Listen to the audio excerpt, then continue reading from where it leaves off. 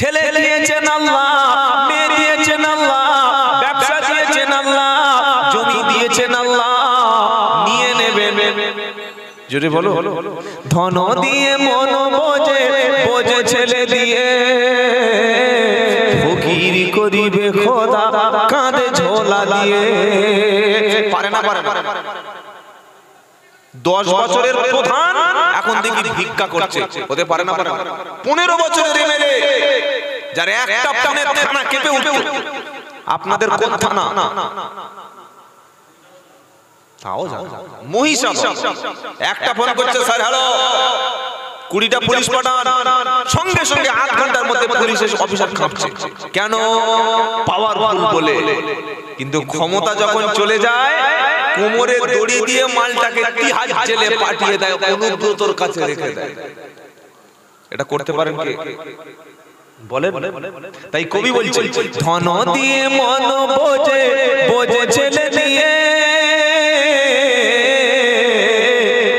ফকিরি করিবে খোদা কাঁধে ঝোলা দিয়ে। করতে পারে না, পারে না। আজকে তোমার চোখ আছে, কালকে চোখ থাকবে না। আজকে তুমি কানে শুনছো, কালকে কানে শুনবে না। আজকে তুমি হাঁটতে পারছো, কালকে হাঁটতে পারবে না। আজকে তুমি সুস্থ শরীর আছে, এখনো নামাজ পড়ছো না। আজকে তোমার চোখ আছে, তুমি আল্লাহর ঘর দেখতে পাচ্ছ না, তুমি কোরআন দেখতে পাচ্ছ না। আজকে তোমার শরীরে ক্ষমতা আছে, তুমি দাঁড়াতে পারো, তুমি বসতে পারো, তুমি সিজদা দিতে পারো।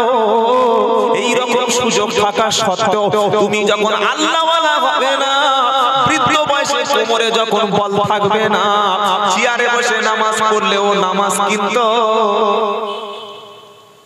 বুড়ো বয়সে চেয়ার দখল করবে। আহা, কত বড় চেয়ার! আর যখন জন বয়সে ছিল, যা ফুটবল খেলেছে না, যখন কিক মারছে যেন রোনাল্ডোর ভাড়া ভাই। কার ভাড়া ভাই বলো? রোনাল্ডোর ভাড়া ভাই। একটা লাথি মেরেছে একদম এখান থেকে 30 ফুট দিয়ে গোল হয়ে গেছে। লোক বলছে মেসি নাকি রে? বলছেন আমাদের সেই আলাউদ্দিন চাচা। কি চাচা বলো? আলাউদ্দিন চাচা, 2 ছেলের বাপ, ওই রকম ওজন। আর মালটা যখন বুড়ো হয়ে গেছে, চেয়ারে বসে কাঁদছে, আল্লাহ আল্লাহ। আল্লাহ সব সময় তরুণ জওয়ানদের ইবাদত আল্লাহ পছন্দ করেন। জোরে বলুন সুবহানাল্লাহ। আল্লাহ পাক শোনাচ্ছে, ইয়া আইয়ুহাল্লাযীনা আমানুত্তাকুল্লাহা ওয়া কুনু মা'আস সাদিকিন। 11 পারা 5 পৃষ্ঠা 5 নম্বর লাইনের 119 নম্বর আয়াত সূরা তাওবা। হে বিশ্বাসী ঈমানওয়ালা, আল্লাহকে দেখে ভয় করো, সত্যবাদীদের সাথে থাকো। আর কথা যখন বলবে, তুমি সত্য কথা বলবে, না হক কথা জানো কখনো বলো না। বললে হুজুর এটা কোথায় ঘোষণা? তো কোরআন শোনাচ্ছে, ইয়া আইয়ুহাল্লাযীনা আমানুত্তাকুল্লাহ ওয়া কুলু কাওলান সাদীদা ইসলিহ লাকুম আমালাকুম ওয়া ইয়াগফির লাকুম যুনুবাকুম। 21-22 পারা সূরা আহজাবের 70 নম্বর আয়াতে আল্লাহ পাক শোনাচ্ছে, ও ঈমানওয়ালা, তোমরা ঈমান যারা এনেছো, তোমরা শোনো, তোমরা আল্লাহকে ভয় করো আর সত্য কথা বলো, ন্যায় সংযত কথা বলো। যদি তোমরা সৎ পথে থাকো, যদি তোমরা সত্য কথা বলো, আল্লাহ তোমার জীবনের গুনাহকে মাফ করে দেবে, তোমার আমলগুলো সংশোধন করে দেবে। রমজান মাস আসছে, 40 টাকার ছোলাটা 100 টাকা হবে। বলবে আল্লাহর কসম ভাই 1 পয়সা লাভ নাই, পাকা মিথ্যাবাদী মুসলমান। রোজা রেখে মাথায় টুপি দিয়ে মাল বিক্রি করছে, চিনি, ফল, আঙ্গুর, আপেল, বেদানা, নাশপাতি, যত খাবার আছে, যে মাথায় টুপি দিয়ে মিথ্যা কথা বলছে। লোক বলছে এত দাম করে বাড়লো, বলছে রোজা বুঝে মিথ্যা কথা বলতে ভাই, অথচ পাকা মিথ্যাবাদী। কি দাম আছে মিথ্যা কথা বলে ব্যবসা করা? কি লাভ আছে মিথ্যা কথা বলে মানুষকে ধোঁকা দেওয়া? কি হবে বেঁচে থেকে? কি হবে বেঁচে থেকে? সত্য কথা যদি না পারি সাহস করে সমাজেতে, কি হবে বেঁচে থেকে? অযথা বিদ্যা শিখে, কি হবে বেঁচে থেকে? অযথা বিদ্যা শিখে যদি না গড়তে পারি শোষণবিহীন সমাজটাকে, কি হবে বেঁচে থেকে? কোনো লাভ আছে? এই কোনো লাভ আছে? মিথ্যাবাদীও তো কুকুরের চাইতে খারাপ। কুকুর জীবনে মিথ্যা কথা বলে না, শুকর জীবনে মিথ্যা কথা বলে না। মুসলমানদের স্বভাবের মধ্যে মিথ্যা থাকে না। আজকের বিশ্বের জমিনে যে জাতি সবচাইতে মিথ্যা করে মিথ্যা কথা বলে মাল কামায়, সেই জাতি আমার মুসলমান। আপনি আদালতে যান, যত মিথ্যা সাক্ষী দেওয়া হয় সব মুসলমানগুলো পড়ে দাঁড়িয়ে মিথ্যা সাক্ষী দিচ্ছে, তা আবার কোরআনের উপরে হাত দিয়ে। আল্লাহর ভয় দিলে আছে? নাই।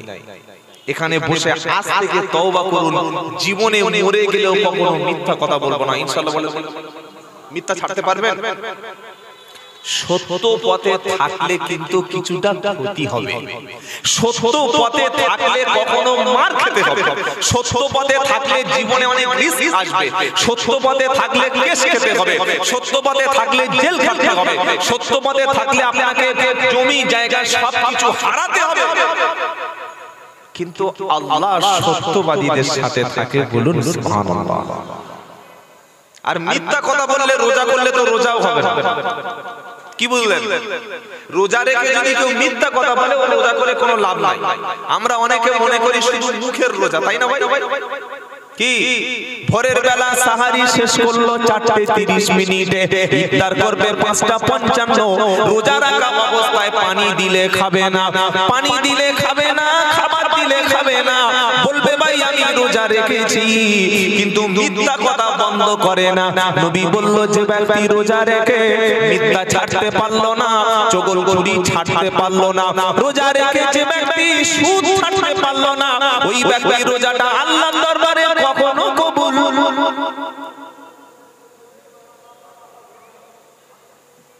রোজা এই শিক্ষা দিচ্ছে, খাবার ছাড়তে পেরেছো, পানি বন্ধ করেছো, মিথ্যাটা বলো, গীবত বন্ধ করো, ঝগড়া বন্ধ করো, অশ্লীল বন্ধ করো, তবে তোমার রোজা।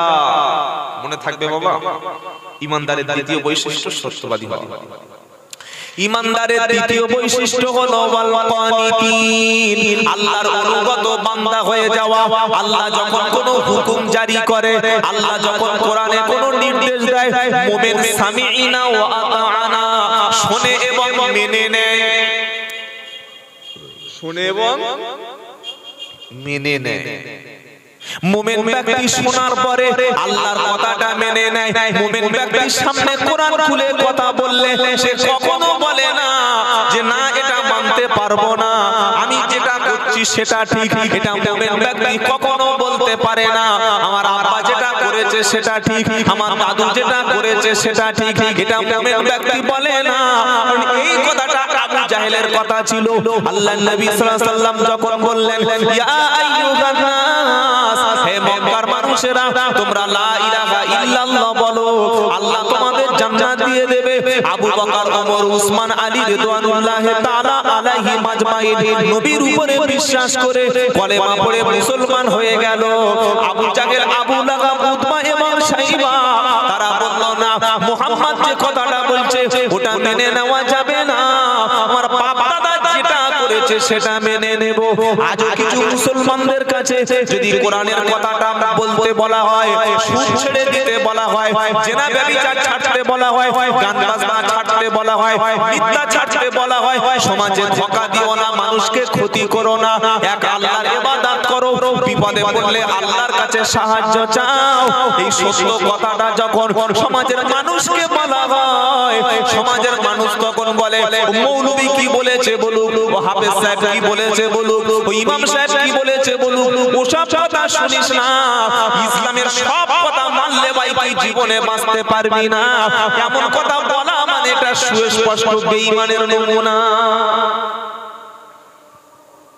সামনে রমজান আসছে, দেখবেন কত লোক বলবে আল্লাহ আমাদের উপরে এবার একটা মুসিবত আসছে, বলে না বলে না। আবার কিছু মানুষ রমজান মাসে কি বলে জানেন, আরে যার বাড়িতে খাবার নেই, পয়সা নেই, টাকা নেই, সে রোজা করবে। আমার পয়সার অভাব আছে, আমার গাড়ির দাম 12 লাখ টাকা, ঘরটার দাম 26 লাখ টাকা, 3 বিঘে জমি আছে। আর আপনাদের এই বাজারটা মহিষাদল বাজারে 4টে দোকান আছে, একটা হার্ডওয়ার্স, একটা আপনার ওই ওষুধের ফার্মেসি, আরেকটা আমার সেই জলের ফ্যাক্টরি রয়েছে, আর ছোট ছেলেটার জন্য আমি তো ডাক্তারখানা করেই রেখেছি। আমি রোজা করব। ওই যারা না খেতে পেয়ে মরে যাচ্ছে, ফকির ভিখারির বাচ্চা, যাদের হাত দিয়ে ভিক্ষা করে খাচ্ছে, ওরাই রোজা করবে। এরকম কথা বললে সেই ব্যক্তি কাফের হয়ে যাবে। কেউ রোজা করছে না, রোজা রাখছে না, রাখতে পারছে না, তার জন্য শাস্তি হবে, জাহান্নামে আযাব হবে। আবার ইচ্ছা করলে আল্লাহ ক্ষমাও করে দিতে পারেন না, পারেন? আল্লাহই পারেন ক্ষমা করতে। পৃথিবীর কারো হাতে ক্ষমা করার অধিকার আছে?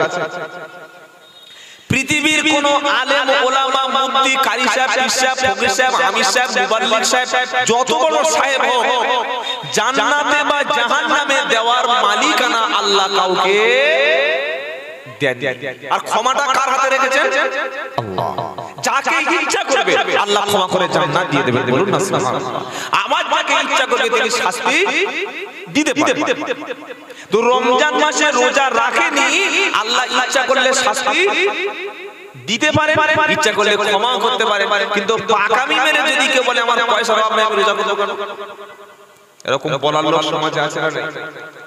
এই ব্যক্তিদের জন্য আল্লাহ পাক বলছে আখিরাতে জান্নাতের দরজা কখনো খোলা হবে না, মরণের পরে তাদের জন্য রয়েছে আগুনের বিছানা। কিসের বিছানা? ইন্নাল্লাযীনা কাযাবু বিআয়াতিনা ওয়াস্তাকবারু আনহা লা তুফাতাহু লাহুম আবওয়াবুস সামা ওয়া লা ইয়াদখুলুনাল জান্নাতা হাত্তা ইয়ালিজাল জামালু ফি সামিল খিয়াত ওয়া কাযালিকা নাজজিল মুজরিমিন লাহুম মিন জাহান্নামা মিহাদ ওয়া মিন ফাওকিহিম গাওয়াশ।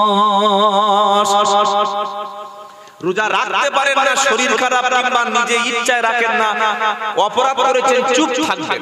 আবার রোজা না রেখে বড় বড় ফতোয়া দিচ্ছে চায়ের দোকানে, বলে জানিস আমি রোজা না রেখে ভালো আছি, আমি নামাজ না পড়ে ভালো আছি, যারা নামাজ পড়েছে ওরা ভালো, আমি ভালো।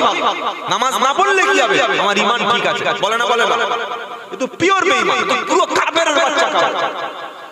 কেউ নামাজ পড়েনি, চুপচাপ আছে, ঈমান আছে, সে বেঈমান হয়নি। কেউ রোজা করেনি, চুপচাপ আছে, মসজিদে যায় না, লজ্জায় বাড়িতে আছে, কাফের কেউ বলতে পারবে না। কিন্তু যদি কেউ অস্বীকার করে, তাওহীদ করে, আল্লাহর হুকুম নিয়ে ছেলে খেলা করে, একটা লোক সেলুনে ঢুকেছে, বলছে ভাই চুলটা ভালো করে কেটে দে, আমার সেই শালির বিয়ে যাব। বলে তো শালির বাড়ি কোথায়? এই ডেবরা, ডেবরা জানো? ভালো করে চুল কেটে দিল। আরেকটা মুসলমানের বাচ্চা বলছে আমার দাড়িটা খবরদার কাটবি না, গোঁফটা ছোট করবি, দাড়িটা সুন্দর রেখে দিবি।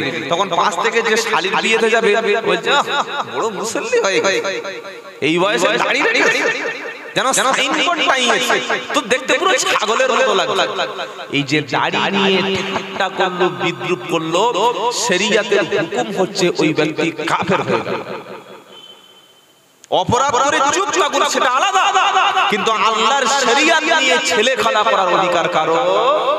আল্লাহ পাক তাই শোনাচ্ছে ইন্নাল্লাযীনা কাযাবু বিআয়াতিনা ওয়াস্তাকবারু আনহা লা তুফাতাহু লাহুম আবওয়াবুস সামা। নিশ্চয়ই যারা আমার কোরআন, আমার আয়াতগুলো শোনার পরে, জানার পরে মিথ্যা মনে করবে আর অহংকার হিসাবে নিজের মুখটা ফিরিয়ে নেবে, আমি আল্লাহ পাক শোনাচ্ছি লা তুফাতাহু লাহুম আবওয়াবুস সামা।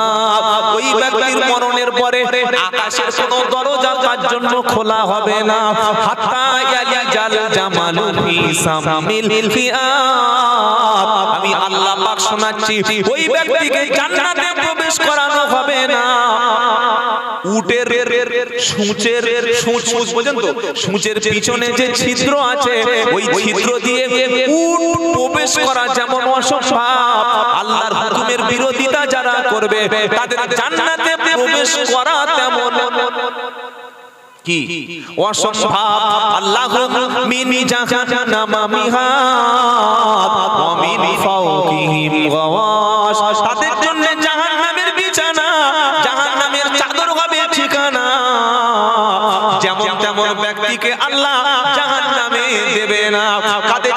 জাহান্নামে দেবে।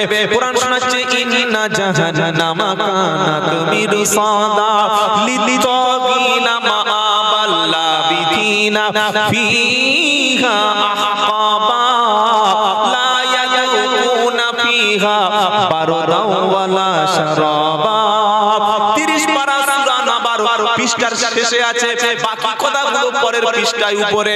কোরআন শোনাচ্ছে ইন্না জাহান্নামা কানাত মিরসাদা, নিশ্চয়ই জাহান্নাম একটা ঘাঁটি, জাহান্নাম একটা স্টেশন অপেক্ষা করে বসে আছে, শিকারী ধরার জন্য বসে আছে, কাফেরদের জন্য বসে আছে, আল্লাহ তাওহীদের জন্য বসে আছে, আল্লাহ শত্রুদের জন্য বসে আছে। ইন্না জাহান্নামা কানাত মিরসাদা লিতাগিনা মাআবা, জাহান্নামের বাসিন্দা হবে তারা আল্লাহর হুকুমের বিরোধিতা করেছে যারা। জাহান্নামের মধ্যে মানুষ কতদিন থাকবে? কোরআন শোনাচ্ছে লা বিথিনা ফিহা আহকাবা, যুগের পর যুগ, 1 সপ্তাহ 2 সপ্তাহ 3 সপ্তাহ 5 সপ্তাহ 1 বছর 20 বছর 20 বছর 100 বছর পরে মানুষ জেলখানায় থাকলে মৃত্যু হয়, মৃত্যু অবস্থায় তার লাশটা বাড়িতে ফিরে আসে। কিন্তু জাহান্নামে কাফের যদি একবার ঢোকে আর কখনো বারবার কোনো রাস্তা পাওয়া যাবে না। লা ইয়াযুকুনা ফিহা বারদাও ওয়ালা শারাবা, সেখানে কোনো মিষ্টি পানি, কোনো উত্তম খাবার, কোনো সুপ্রিয় পানি পাওয়া যাবে না। ইল্লা হামিমা ওয়া গাসসাকা, জাহান্নামী কাফেরদের খাবার হবে উত্তপ্ত গরম ফুটন্ত পানি এবং অক্টোপাস। নাউজুবিল্লাহ বললেন না? এটা কেন জানেন? জানেন কেন? ওয়াকাদাবু বিআয়াতিনা কিযাবা, আমার আয়াতগুলি তারা মিথ্যা মনে করে প্রত্যাখ্যান করেছিল। ওয়া কুল্লা শাইইন আহসাইনাহু ওয়া কুল্লা শাইইন আহসাইনাহু কিতাবা, আমি আল্লাহ গুনে গুনে গুনে গুনে ক্যালকুলেশন করে করে সবগুলো আমলনামায় লিপিবদ্ধ করে নিয়েছিলাম। ডাক এবার কাট দেখেন বিটা, খুব দুনিয়া লাভিয়েছিলেন। ডাকো জাহান্নামের মধ্যে কে আছে দেখে আনো, গোটা হাসরের ময়দান দেখবে। আল্লাহ, কোথায় সে লোক? ইমাম সাহেবকে ভালোবেসে কত মুরগি যে খাইয়েছিলাম আল্লাহ। বক্তা যেদিন বাড়ি এসেছিল কত গরু কত ছাগল জবাই করে 8-10 রকমের মিষ্টি দিয়ে নাস্তা করিয়ে আমাদের বক্তা সাহেবকে কত ভালোবেসেছিলাম। আমাদের ইমাম সাহেবের কি খেদমত করেছিলাম। আল্লাহ, গোটা হাসরের ময়দানে তো কাউকে দেখতে পাচ্ছি না। ডাক দেখেন কাকে পাবি দেখ। যখন কেউ নাই পিছনের দিকে তাকিয়ে দেখবে জন্ম দেওয়া ছেলে, জন্ম দেওয়া, বলেন জন্ম দেওয়া ছেলে। বাপ দেখে বলবে বাবা রে আয় এদিকে আয়। ছেলে তখন বাপের মুখের দিকে তাকিয়ে বলবে চিনি না। কি বলবে? জোরে বলেন, চিনি না। চিনি না তো আমি জন্ম দিয়েছি, চিনি না মানে? আল্লাহ পাক শোনাচ্ছে যেদিন মানুষ কবর থেকে উঠবে সেদিন সমস্ত সম্পর্কটা ছিন্ন হয়ে যাবে। আচ্ছা, মরে গেলে কবরে ইমাম সাহেব, মুফতি সাহেব, বক্তা সাহেব, মুয়াজ্জিন সাহেব, পাড়ার কোন ব্যক্তি কবরে 1 রাত থাকবে 1 লাখ টাকা দেবো, আছে কোন ব্যক্তি? বলেন আছে? কবরের মধ্যে গিয়ে মাইয়ের সঙ্গে 1 রাত থাকবে 2 লাখ টাকা দেবো, কথা বলেন। লোকটা মরে গেছে, মশারি খাটিয়ে তাকে 24 ঘন্টা রেখে দেব। মরা লোকের মশারির মধ্যে কি তুই 1 রাত ঘুমাবি? আছে কেউ? যখন মারা গেল তখন থেকে সমস্ত সম্পর্ক তোমার ছিন্ন হলো।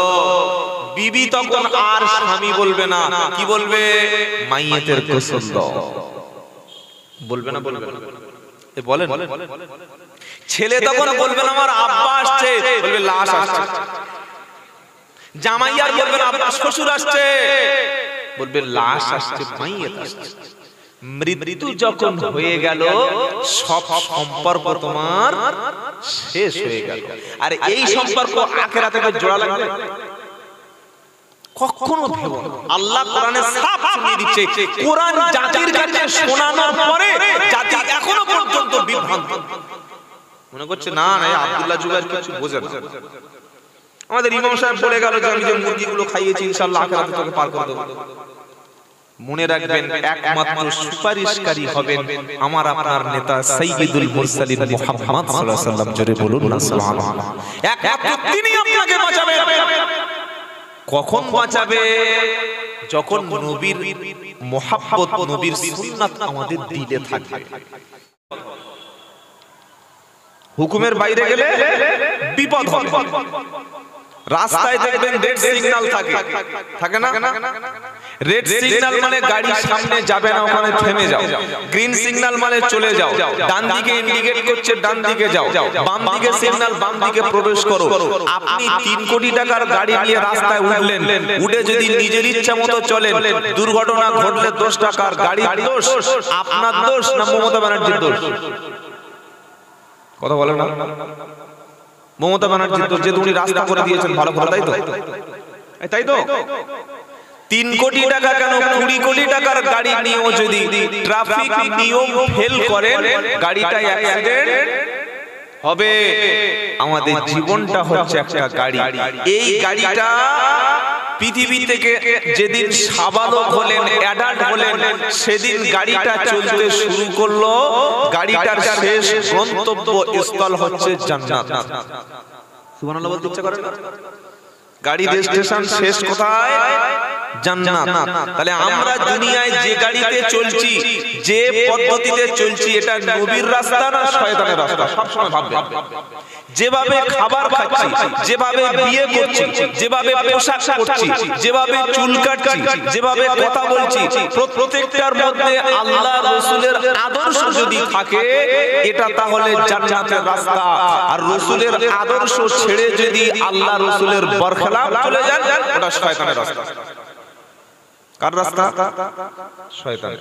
আল্লাহ পাক বারবার সাবধান করে দিয়েছে শয়তানের রাস্তা যেন ধরো না।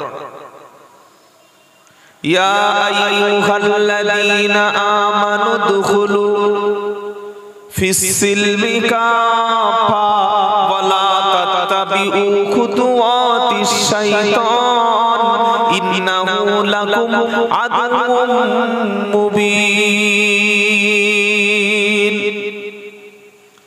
দ্বিতীয় পারা 8 পৃষ্ঠা, দ্বিতীয় পারা 11 পৃষ্ঠা 6 নম্বর লাইনে 208 নম্বর আয়াত সূরা বাকারা। আল্লাহ পাক শুনিয়ে দিচ্ছে, বিশ্বাসী ঈমানওয়ালা যারা ঈমান এনেছো তোমরা শোনো, উদখুলু প্রবেশ করো, ফিসিলমি কাফা ইসলামের মধ্যে পরিপূর্ণ প্রবেশ করো। শুধুমাত্র মুসলমানই দিয়েছো, তুমি মনে করছো মুসলমানের বেটা ঈদের নামাজটা পড়ছো, তুমি মনে করছো মুসলমানের ছেলে জুমার নামাজটা পড়েছো, তুমি মনে করছো মুসলমানের বাচ্চা সামনে রমজান আসছে, রোজার কয়েকটা শেষে রোজা করবে, ঈদের নামাজটা পড়বে, সারা বছর নামাজের ধার ধারে না, আর ঈদের দিনে এমন নামাজ পড়বে যেন মসজিদের বড় মাওলানা। শবে বরাতের নামাজ হয় আপনাদের এলাকায়? কথা বলে করাকাত করেছেন আপনারা? করাকাত শবে বরাতের রাতে কত টাকা নামাজ পড়েছে? কত? 12। শবে বরাতের ঈশার সময় মসজিদে কত লোক ছিল? জায়গা হয়েছিল? কথা বলেন। ইমাম সাহেব ঢুকতে পেরেছিল? আর ফজরের সময় সামালগুলো কোথায় ছিল? বলে অথচ আল্লাহর রহমত আর বরকতটা হয় ফজরে। জোরে বলুন সুবহানাল্লাহ। সারা রাত বলছে আল্লাহ আমার সবচাইতে সুন্দরী বউটা দাও, আল্লাহ আমার 2 বিঘে জমি দাও, চাকরি দাও, শরীরটা সুস্থ করে দাও, আল্লাহ আমার ছেলে দাও, মেয়ে দাও, গাড়ি দাও, বাড়ি দাও।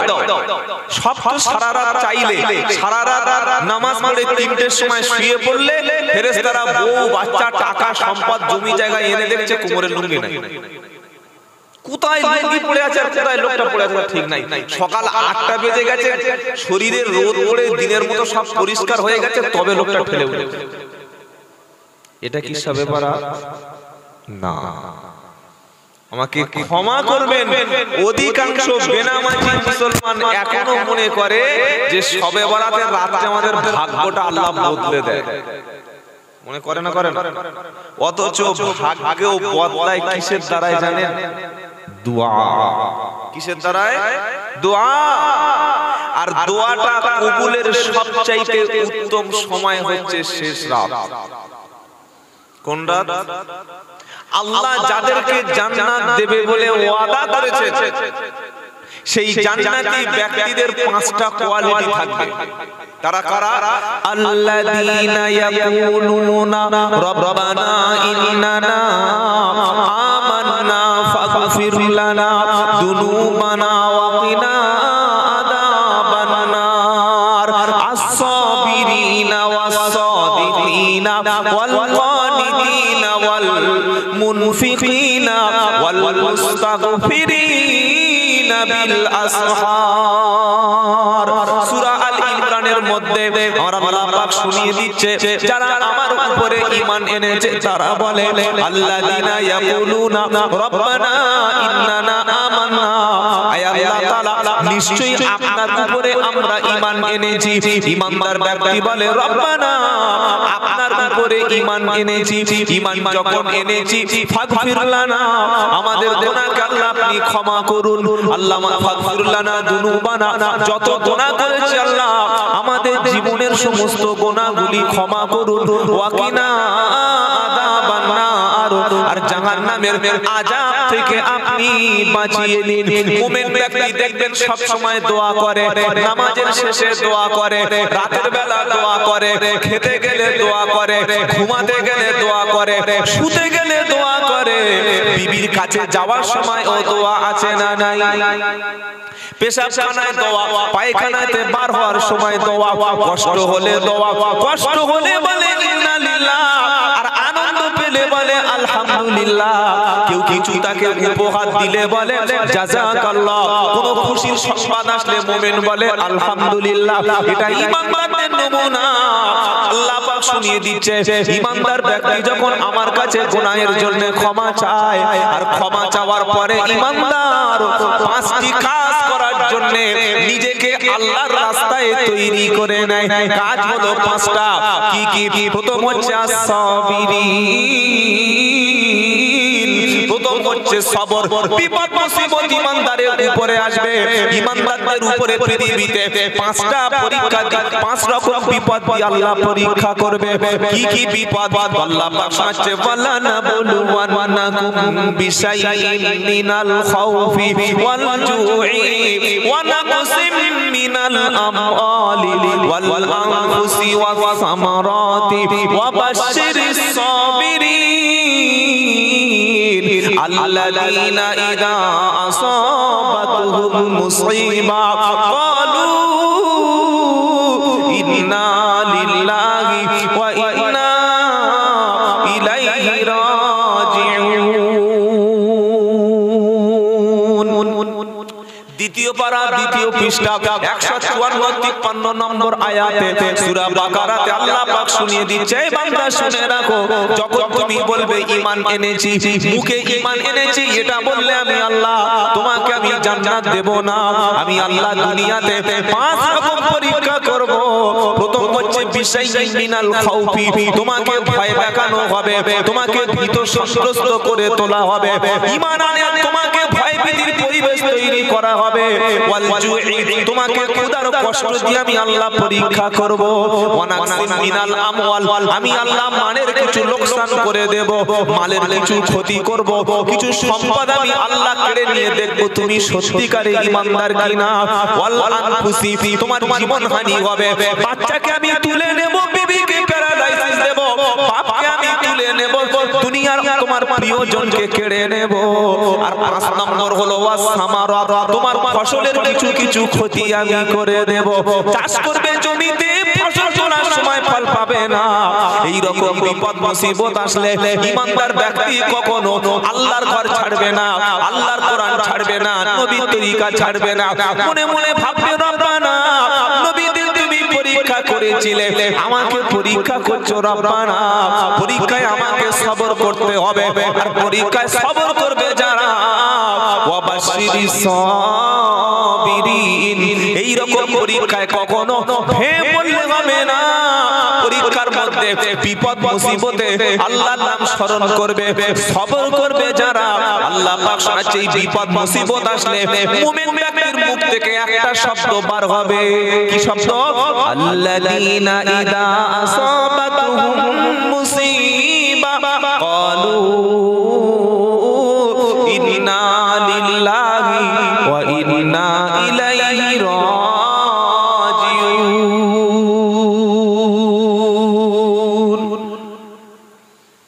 এই দোয়াটা কখন বলে? বাচ্চা হলে, তাই কথা বলে। আচ্ছা আমি কি বলছি বুঝতে পারছেন? এই দোয়াটা কখন বলা হয়? ইন্না লিল্লাহি ওয়া ইন্না ইলাইহি রাজিউন কখন বলে? নতুন গাড়ি কিনলে, তাই তো? হ্যাঁ, অভ্যাস নাই তো আমার মুখ থেকে বার হবে করতে। মরে গেলে কিন্তু শুধু মরণের দোয়া এটা না, জীবনের থেকে কিছু ক্ষতি হলে, মাইনাস হলে, কোনো কিছু চলে গেলে, হারিয়ে গেলে, বিপদ মুসিবত আসলে, কিছু ক্ষতি হয়ে গেলে এই দোয়াটা পড়তে হবে। তার মানে কি? ইন্না লিল্লাহ ওয়া ইন্না ইলাইহি রাজিউন, নিশ্চয়ই সবকিছু আল্লাহর জন্য। সবকিছু কার জন্য? তরুণ জওয়ানদের চোখের পানিটা আল্লাহর জন্য। জওয়ান বয়সে মুখে দাড়ি রাখবো না কেন? আমার শালি খুশি হয় না দাড়ি রেখে শ্বশুর বাড়ি, কারণ শালি একটু হাত বুলিয়ে দেবে, দুলাভাই বলে কাছে এসে একটু বসবে, শালি একটু এখানে এসে একটু নরম জায়গায় চুমু খাবে, তাই মুখে দাড়ি রাখবো না, তাই তো? আর যখন বুড়ো হয়ে গেছে, বউ মরে বলছে চা হয়, টাকা পয়সা না দেবে না দেবে কি করে চলে? কি বুঝলেন? বুড়ো হয়ে গেছে, এখানে টুকরে গেছে, আলু পচা আলুর মতো, কাঁঠালের কবা হয়ে গেছে, মুখে দাঁত নাই, এইবার দেখি এক হাত দাড়ি নিয়ে খালি এরকম দেখছে। বাবাজিরা, আমি অপমান করছি আপনাদের নয়, দাড়িটা রাখার বয়স হচ্ছে বিয়ের আগে। কেন?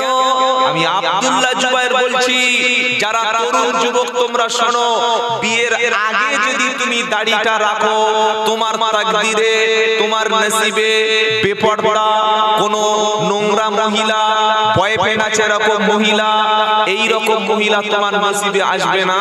কারণ ঈমানদার, পরেজগার, কনিতা, মুত্তাকি ব্যক্তি আল্লাহ তোমার নসিবে দিয়ে দেবে। জোরে বলুন সুবহানাল্লাহ। আর তুমি মনে করছো, আমি মনে করছি ছেঁচে গেলে ভালো মাল পাবো, ছেঁচে গেলে এরকম ছাঁচা মাল পাবো। কথা বুঝেছেন?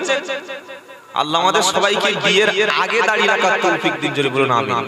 বিয়ের আগে দাড়ি রাখলে ভালো নারীটা পাওয়া যায়, যে নারী পরেজগার, মুত্তাকি, কোরআন জানে, নামাজ জানে, স্বামীর খেদমত করবে, মিথ্যা বলে না, রাত্রিবেলা বয়ফ্রেন্ডদের ফোন করে না, 14 ফেব্রুয়ারি পার্কে বসে ছেলেদের গলায় হাত দিয়ে গল্প করে না, ওই রকম অরিজিনালটা পাবে। আর যদি বলো আমি চেঁচে চুচে একদম পুরো ফ্রেশ হয়ে যাব, তো এই সেকেন্ড হ্যান্ড মাল পাবে। কি মাল বল? সেকেন্ড।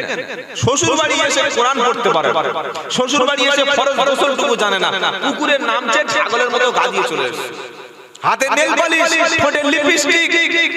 হাতে নেল পালিশ থাকলে ওযু হবে তো, গোসল হবে তো, পুরো নাপাক। আল্লাহর রহমতটা কি করে হবে বলে? আল্লাহ পাক শোনাচ্ছে, বিপদ মুসিবত আসলে তুমি মুখ দিয়ে বলবে ইন্না লিল্লাহি ওয়া ইন্না ইলাইহি। আল্লাহ তুমি জমি দিয়েছিলে, তুমি নিয়েছো, এটা তোমার সিদ্ধান্ত, মেনে নিলাম। আল্লাহ ছেলে দিয়েছিলে, তুমি তুলে নিলে, তোমার সিদ্ধান্ত আমি আল্লাহ মেনে নিলাম। আল্লাহ আমার ব্যবসা দিয়েছিলে, ব্যবসার সম্পত্তি কমে গেছে, তোমার সিদ্ধান্ত মেনে নিলাম। আল্লাহ সিদ্ধান্ত মেনে নেবে যারা, প্রকৃত মুমিন ব্যক্তি হলো তারা। জোরে বলুন। এই রকম বিপদ মুসিবতে আসলে বান্দা ভেঙে পড়বে না, বান্দা ইন্না লিল্লাহি ওয়া ইন্না ইলাইহি রাজিউন, এটা যখন বান্দা বলবে, আমার আল্লাহ পাক ওই বান্দা সম্পর্কে শোনাচ্ছে, উলাইকা আলাইহিম সালাওয়াতুম মির রাব্বিহিম ওয়া রাহমা উলাইকা হুমুল মুহতাদুন। জোরে বলুন সুবহানাল্লাহ। আমি আল্লাহ আমার সিদ্ধান্তকে বান্দা যখন মেনে মেনে নেবে। আমি দুঃখ দিলে কখনো আত্মহত্যা করে না, আমি বাচ্চা কেড়ে নিলে কখনো সবর ছাড়া অন্য কিছু করে না। আমি সম্পদের পাহাড় থেকে যখন সব কেড়ে নেব, তবু যখন বান্দা মসজিদ ছাড়ে না, যখন বান্দা কোরআন ছাড়লো না, ইসলামের উপরে যখন চললো, আমি আল্লাহ তোমার উপরে রহমত বর্ষণ করব। আর অরিজিনাল তারাই হলো হেদায়েত প্রাপ্ত। জন বয়সে বউ মরে গেছে, মদ খাচ্ছে আর নামাজ পড়ে না, বললে কেন? বলে আল্লাহ বিচার আছে। নাউযুবিল্লাহি মিন যালিক। ছেলেটা পানিতে ডুবে মারা গেছে, মেয়েটা রোড অ্যাক্সিডেন্টে মারা গেছে, আর নামাজ নাই, আল্লাহ ছেড়ে দিয়েছে। কেন? বললে আল্লাহ যদি চোখ থাকে তাহলে আল্লাহ আমার রহমত করতে পারে। এটা বললে ঈমান থাকবে। যত বিপদ মুসিবত আসুক সবর করব ইনশাআল্লাহ। বলেন ইনশাআল্লাহ। মুমিন বান্দার পাঁচটা গুণ। প্রথমে কি? আস-সাবিরিন ওয়াস-সাদিকিন। মুমিন বান্দার দ্বিতীয় বৈশিষ্ট্য হলো সত্যবাদী হওয়া। পৃথিবীর সবাই যদি মিথ্যাবাদী হয়, তবুও আমি সত্যবাদী হব। কারণ সত্যবাদী যখন কোনো বান্দা সত্য কথা বলতে শুরু করে, সত্য কথা বলতে বলতে বান্দা এক সময় আল্লাহর কাছে সিদ্দিক হিসাবে তিনি কবুল হয়ে যায়। কি হয়ে যায়? জোরে বলেন। নামের শেষে সিদ্দিক, বংশটা সিদ্দিক, টাইটেলটা সিদ্দিক, গোষ্ঠীটা সিদ্দিক না, না। সিদ্দিক হলো সে সত্য কথা বলে, ঈমান আনার পরে সত্য পথে থাকে, ঈমানের উপরে অবিচল থাকে। যে তার বংশ হয়তো লস্কর কিংবা গাজী কিংবা হালদার হতে পারে, বান্দা যখন সত্য পথে থাকে আল্লাহর কাছে বান্দার নামটা সিদ্দিক হিসাবে কবুল হয়ে যায়।